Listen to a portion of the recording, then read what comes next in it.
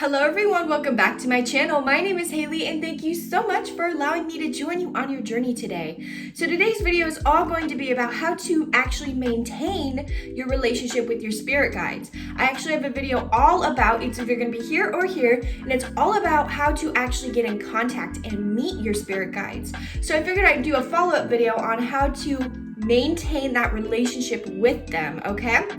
But before we get into it, don't forget to click like and subscribe to join my tribe. We have recently had such beautiful growth on this channel. We hit over 100 subscribers sometime last week, and I'm just so eternally blessed. I won't fill the whole video with this, but I really thank each and every one of you who subscribe and join my tribe. You're honestly making one of my dreams come true just by being here and watching me. But yes, before we get in, subscribe, join my tribe. I also have some links in the description. First link is a link to my Instagram. Go on ahead and check that out. I have an email where you can email me honestly anything. I've been receiving such beautiful emails from people lately. It can be for one of my services like numerology, spell work, things like that. And also right underneath the email is a link to all these services I can provide for you, okay? So without further ado, let's go on ahead and get started on how to maintain your relationship with your spirit guides. So first things first, never stop talking to them. Now, what do I mean by that? Like, of course I'm gonna talk to them. What this means is once you start establishing that line of communication that I was talking about from my previous video, it's very important to keep the upkeep that. Remember, your intuition and your communication skills with spirit is a muscle that you need to work out. So constantly be doing meditations with your crown and third eye. Really be working on those things, because sometimes when we get something we want, when we get excited, we kind of like stop. I'm sorry, my dog is here. She's mad because I'm talking to the camera.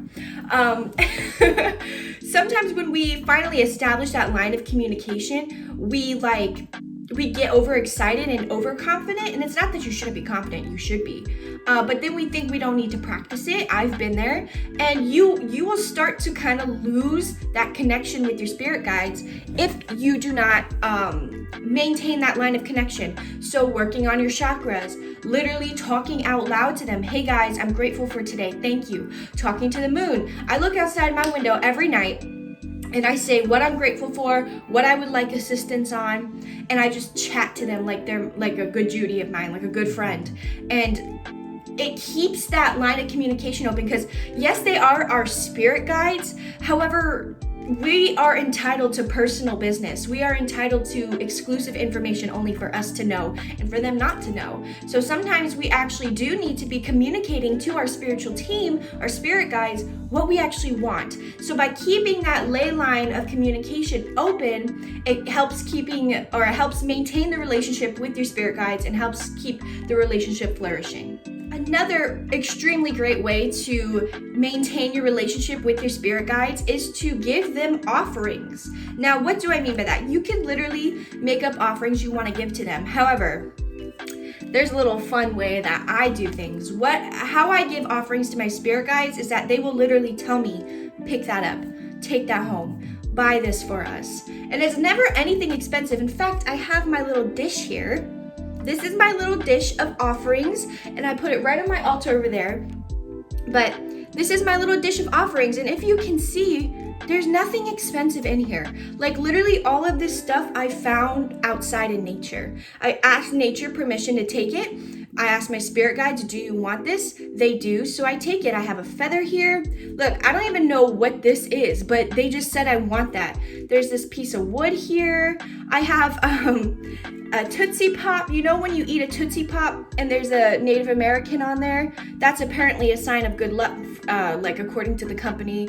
And I just have little like acorns, anything in there that they ask for, I put in there because they want it for a reason. It helps them manifest, and it possibly subconsciously helps me manifest as well. But by giving them little offerings, leaving little notes on your little section of offerings for your spirit guides, it doesn't have to be a whole section on your altar. It could just be a little jar you keep things and put in your closet if you're in the broom closet, or just in the spiritual closet in general.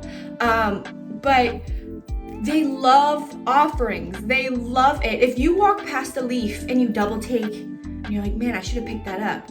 pick it up. That's your spirit guide saying, hey, we want this.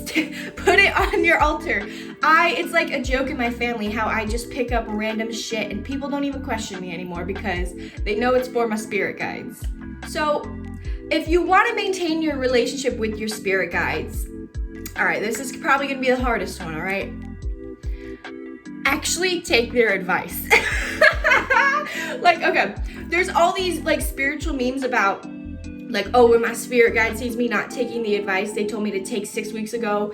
And it's like, it's a joke because your spirit guides, they actually low-key, they never hate you, but they low-key are like, bitch, what the fuck, when you don't follow their advice. So if you want to maintain a relationship with them, show them, I will follow your guidance. I will what am I trying to say? I will lead, or I will follow where you lead. Thank you. That's what I was trying to say. Wow.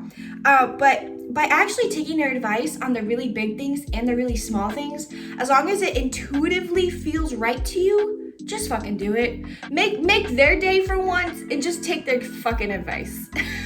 Another really great way to maintain your relationship with your spirit guides is to actually have purpose behind every interaction you have with them. So what do I mean by that?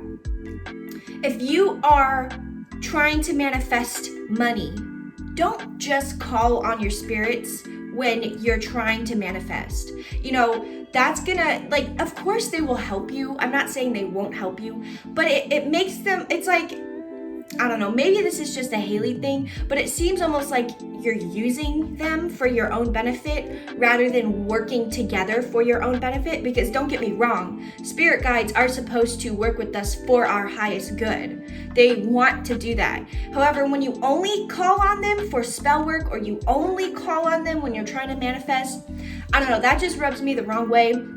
And once again, I'm not telling you how to practice your magic and do your life. Do your life however you please. This is just my advice. But for me, whenever I maintain that constant communication every day, they are more than eager to help me with spell work, which is why this wraps into the second point, which is to involve them in your spell work. So I've noticed there's two people, like two extremes of people. Either they never talk to their spirit guides and only talk to them when they're doing spell work, or they always talk to their spirit guides and never talk to them when they're trying to do spell work. Because on the opposite end of the spectrum over here, they feel like, oh, I don't want to be greedy and like use their energy, blah, blah, blah. Here's my thing. They love to do spell work. They love to be involved in your life. So if you're trying to manifest, remember, they're working with us for our highest good. They want to be there for you. Maintaining a relationship with them is involving them not only in your spiritual aspect of your life, but in every single day of your life. You know, you can keep your practice solitary, but if you're a solitary person, I think you've kind of noticed that spirits kind of still talk to you anyways, whether you want to keep your craft separate or not. And that's a whole different video. But just involve them in your life. You know, they're around you all the time. And you finally realize they're around you all the time. So now they're excited and they want you to be working with them and they want to maintain this relationship with you. So I 100% would recommend you do both of involving them in little everyday aspects of your life, you know, enchanting your coffee, and calling on their assistance for them. And like I say in my tarot videos, if I burp in, I know I'm speaking the truth and I just burped. Or just like going to sleep, calling upon certain deities or angels to protect you and heal you. Just involve them in your everyday life, and I promise it's gonna make the relationship you have very, very good with your team. So I actually wanted to touch on one of the points I mentioned earlier in the video, which is to work on your chakras. And I noticed some people asking me questions about this in my emails, and I just want to point this out. Upper root or upper chakras are definitely more difficult to work with. So they were like, I don't know where to start with because upper chakras seem kind of intimidating or difficult.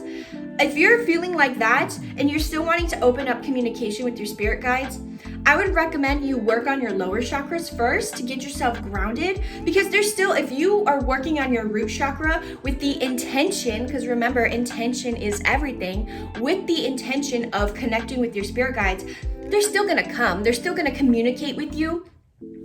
It's just when you work on specifically your upper chakras, those are specifically known for spirit communication. That's why I mentioned upper chakra work, but I definitely think you should balance all of your chakras always, because whenever you're perfectly in balance, you are able to communicate better. So of course, I always would recommend you work on all of your chakras and balance all of them. However, if you feel really good and solid with your lower chakras, then yeah, jump in, go for your third eye or crown.